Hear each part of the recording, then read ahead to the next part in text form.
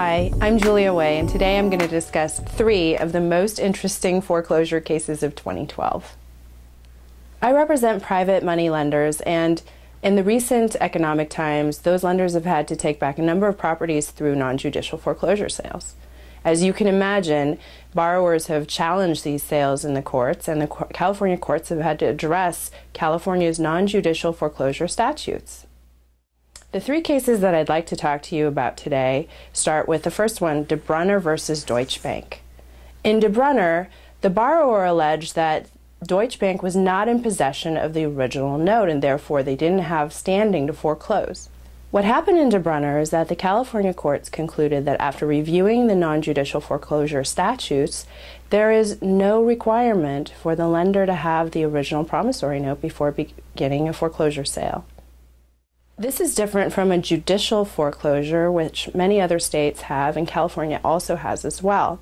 In a judicial foreclosure context, the court clerk is going to ask you for the original promissory note. And the reason is, before you can receive a court judgment, you are essentially exchanging one debt instrument for another. So in that circumstance of a judicial foreclosure sale, you will actually have to provide the original promissory note. And in that case, the court clerk will cancel it as being satisfied, and in exchange, the court issues a judgment against the borrower, who then becomes a judgment debtor.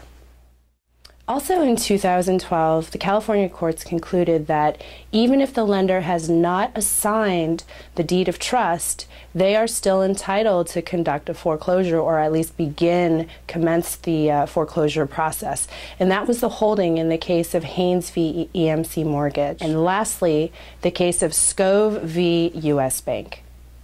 This case is particularly interesting, not the least of which because it takes place here in our backyard in Saratoga, California, but also because in that case, it was a circumstance where the courts had actually sided with the borrower.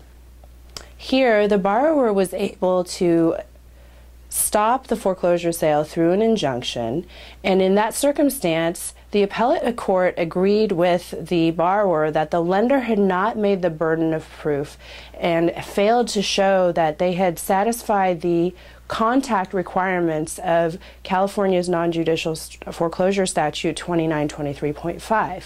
So in that circumstance, SKOV v. US Bank actually was a circumstance where the borrower was allowed to stop the lender from foreclosing, and the lender was held to a higher standard of proof to demonstrate that they had met the statutory requirements before they could begin the foreclosure process.